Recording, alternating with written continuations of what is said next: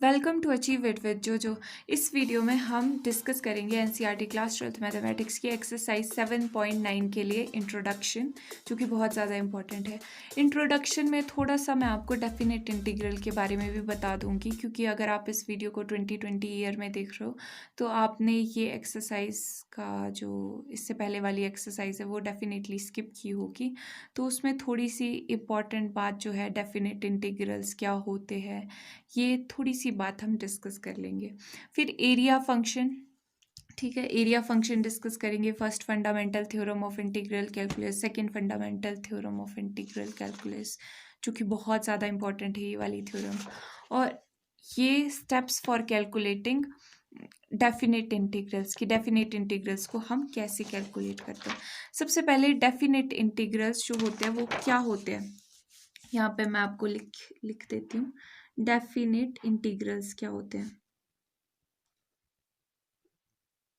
जिन integrals की definite value आती है। डेफिनेट वैल्यू मतलब कुछ ना कुछ उसकी वैल्यू आपके पास निकल के आएगी। जब आप ये कोई इंटीग्रेशन, यहाँ पे F of x D x है, जब आप पहले सॉल्व करते थे इनडेफिनेट इंटीग्रल, पहले तो डेफिनेट और इनडेफिनेट में अंतर देख लेते हैं। ये यहाँ पर इनडेफिनेट है, कोई लिमिट्स नहीं दी हुई है।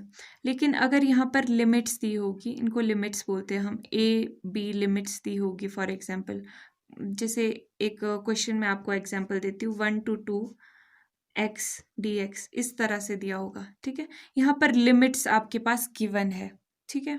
तो लिमिट्स जब आपको दी होती है यहाँ पर, तो वो कहलाती है हमारी डेफिनेट इंटीग्रल, डेफिनेट इंटीग्रेशन, ठीक है। और ये है इनडेफिनेट इंटीग्रल्स। ये भी डेफिनेट इंटीग्रल्स है, ये है इनडेफिनेट इंटीग्रल्स, जिसमें ये लिमिट नहीं दी हुई है, ये कहलाती है हमारी इनडेफिनेट इंटीग्रल्स।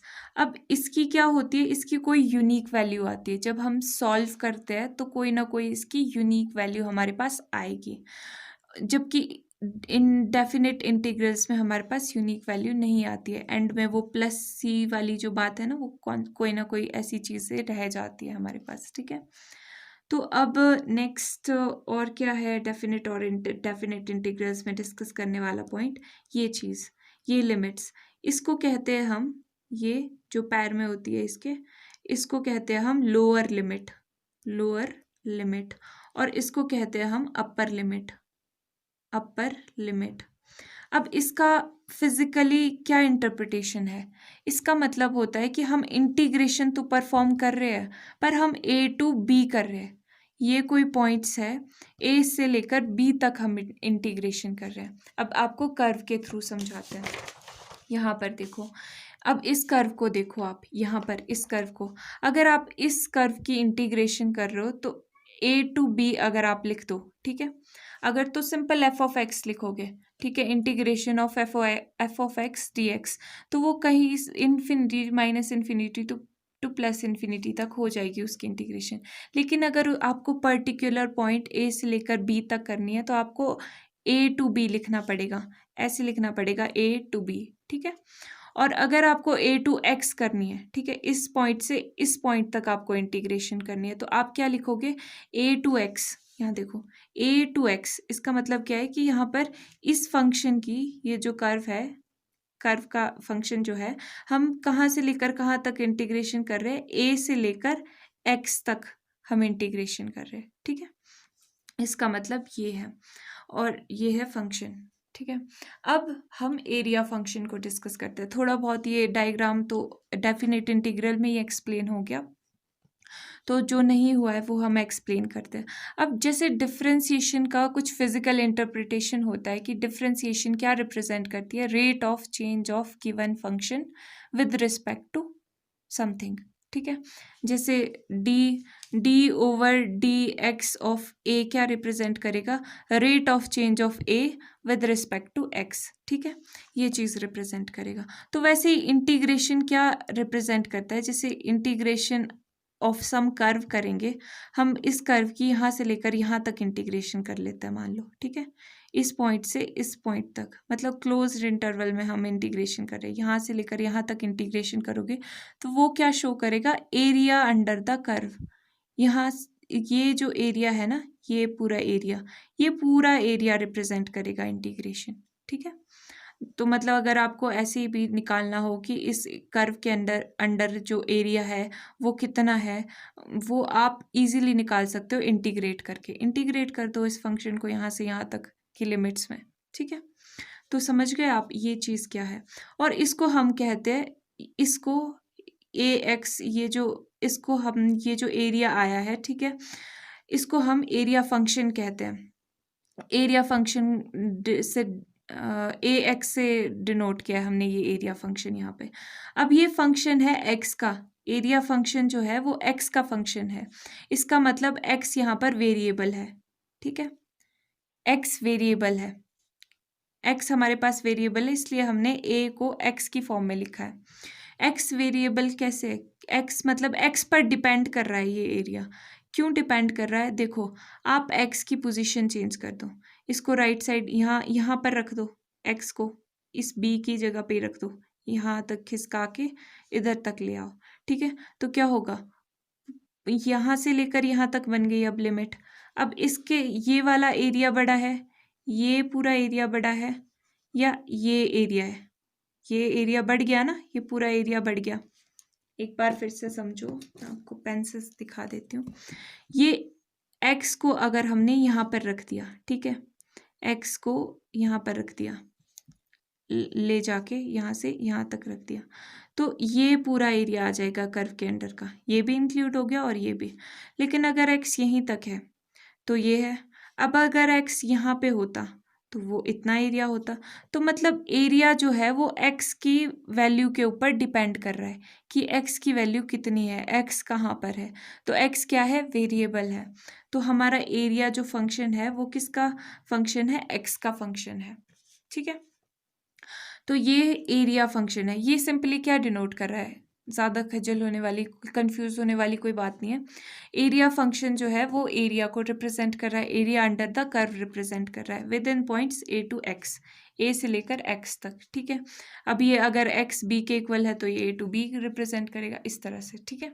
तो ये यहाँ पे यही लिखा है कि area of shaded region is a function of x and here is denoted by A x. और इस स्पेसिफिक कंडीशन मतलब यहाँ पे हमने ए एक्स से डिनोट किया है इसको, and A x is area function. वही बात, वही लाइन रिपीट हो गई। अब इस चीज़ के ऊपर, एरिया फंक्शन के ऊपर बेसिस पे हमने, मतलब साइंटिस्ट ने, हमने तो इसके बेसिस पे ये थ्योरम्स बहुत इंपॉर्टेंट है, ठीक है। First fundamental theorem of integral calculus क्या कहती है, let f be a continuous function. कोई भी फंक्शन है एफ, ठीक है, एफ एक्स कह लो अगर फंक्शन ऑफ एक्स कह रहे हो, ठीक है। F x be a continuous function, continuous function मतलब कॉन्टिन्यूटी है फंक्शन में, कोई ब्रेकेज नहीं है, तो कोई डिसकॉन्टिन्यूटी नहीं है। On the closed interval, closed interval हमने बताया था कि क्लोज्ड इंटरवल ए और बी के बीच में, ठीक है, closed interval a b and let, closed interval में ए और बी भी इंक्लूडेड होते हैं, ठीक है। And let a x be the area of the function. A x क्या है, एरिया ऑफ द फंक्शन है, वही एरिया फंक्शन का एरिया है।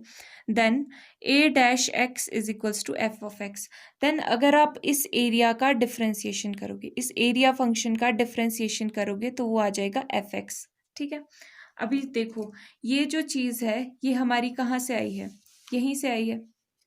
अब अगर आप इसको डिफ्रेंशिएट कर दोगे, डिफ्रेंशिएट कर दोगे तो ये ए डैश हो जाएगा, ठीक है। और यहाँ पर डी ओवर डी एक्स करोगे तो आपको पता है कि डिफ्रेंशिएशन और इंटीग्रेशन एक दूसरे को कैंसिल कर देते, तो बचा क्या, सिर्फ एफ एक्स। एक दूसरे के इफेक्ट को कैंसिल कर देते हैं ना इंटीग्रेशन ऑफ और डिफरेंस एंड डिफ्रेंशिएशन, तभी तो एंटी डेरिवेटिव कहते हैं इंटीग्रल को, ठीक है। तो अब यहाँ पर एक दूसरे के एंटी कहते हैं इनको, इंटीग्रेशन और डिफरेंशिएशन को, ये पता ही होगा आपको। ये हो गई फर्स्ट फंडामेंटल थ्योरम, ठीक है।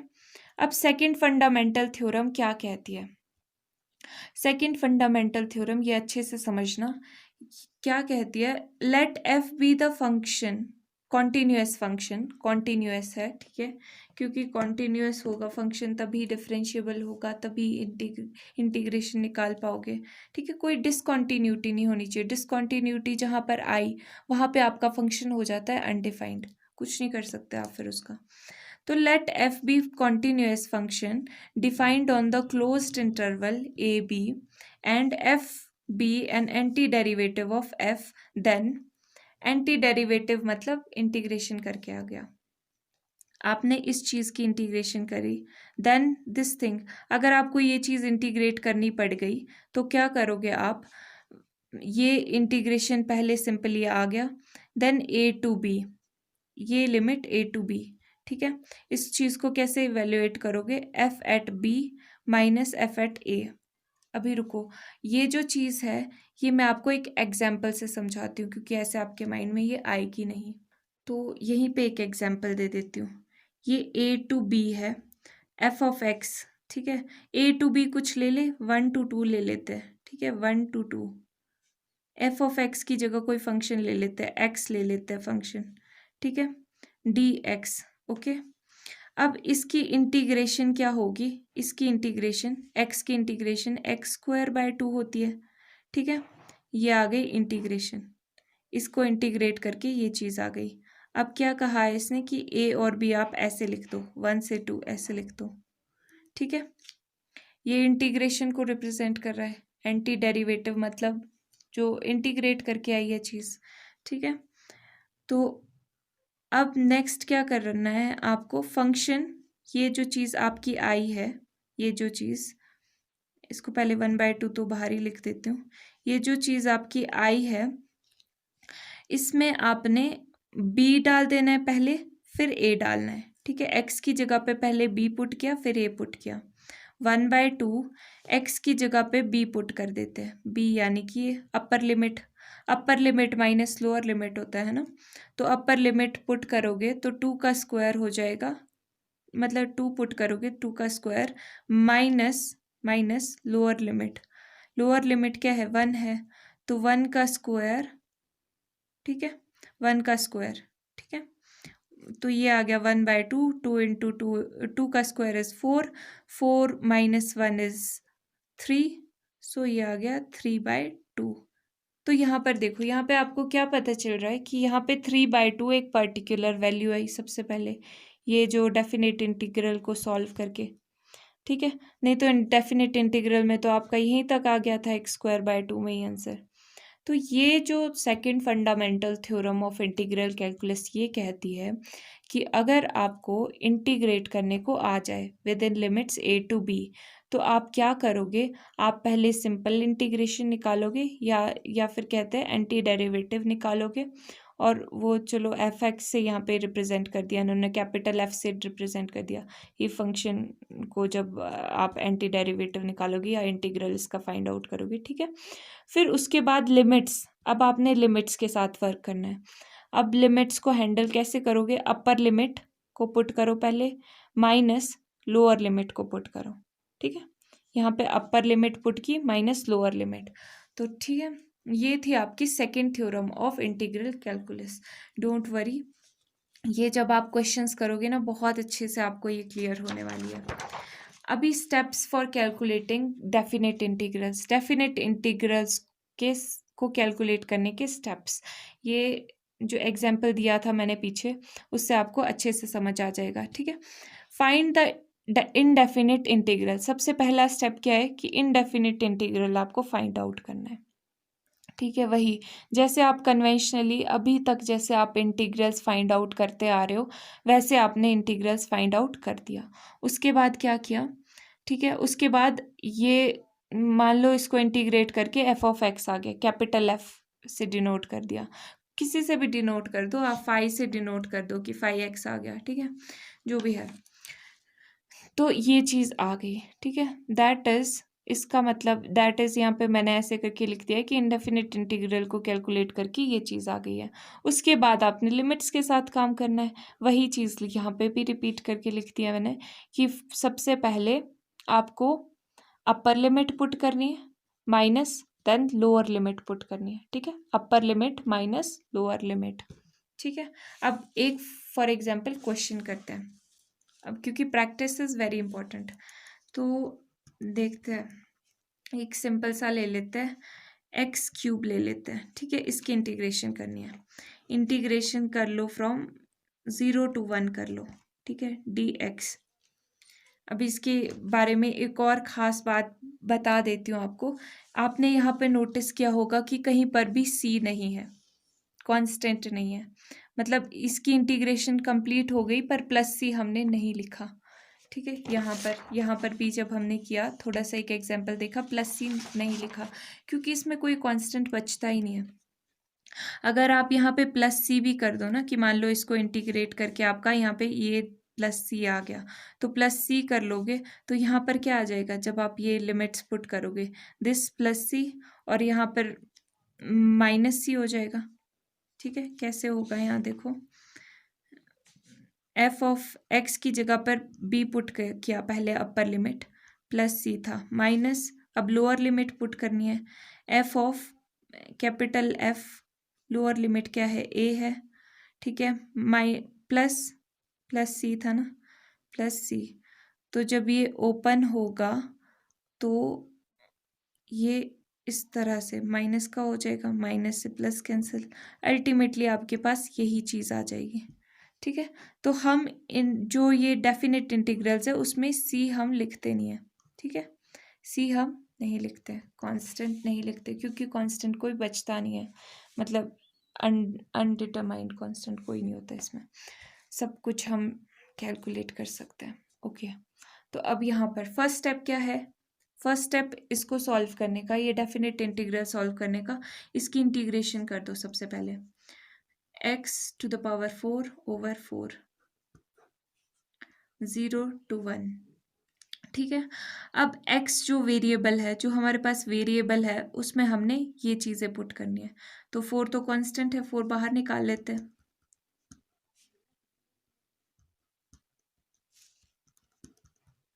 अब वेरिएबल x है, x में पहले अपर लिमिट पुट करेंगे।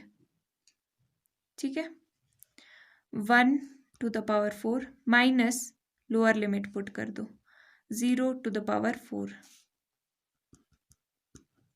1 की power 4, 1 into 1 into 1 into 1 1, minus 0 की पावर 4, 0 इंटू 0 इंटू 0 इंटू 0। ठीक है, क्या आ गया, 1 over 4 आंसर। ठीक है, एक और क्वेश्चन करते हैं, साइन एक्स की integration from 0 to pi by 2 dx। ठीक है, साइन एक्स की इंटीग्रेशन क्या होती है, माइनस कॉस एक्स, कहाँ से लेकर कहाँ तक इंटीग्रेट कर रहे हैं, 0 टू पाई बाय 2 इंटीग्रेट कर रहे हैं। ठीक है, पहले सिंपल इंटीग्रेट कर दिया, फिर हमने लिमिट्स भी लिख दिया। अब माइनस साइन का तो माइनस साइन बाहर ही रख देते हैं, सो दैट हम अंदर के माइनस साइन से कंफ्यूज ना कर दें, तो हमने माइनस साइन बाहर रख दिया। अब माइनस कॉस एक्स की जगह पे क्या पुट करना है, ये चीज़ें पहले अपर लिमिट पुट करेंगे, माइनस फिर लोअर लिमिट पुट करेंगे। अब माइनस कॉस पाई बाय 2 की वैल्यू क्या होती है, cos pi by 2 is what, 0, और कॉस 0 क्या होता है, 1, तो ये क्या आ गया, माइनस ऑफ -1, यानी कि +1 आ गया इसका आंसर। ठीक है, तो इस तरह से हम इनडेफिनेट इंटीग्रल्स को, ये जो डेफिनेट इंटीग्रल्स है, इनको हम इवेल्युएट करते हैं। ठीक है, तो होपफुली आपको ये सब चीज़ें समझ आई होगी। ये थी इंट्रोडक्शन। अगली वीडियो में हम पूरी की पूरी एक्सरसाइज कवर करने की कोशिश करेंगे 7.9। ठीक है, तो वीडियो अच्छी लगी हो तो लाइक शेयर कमेंट करना मत भूलना। Bye bye.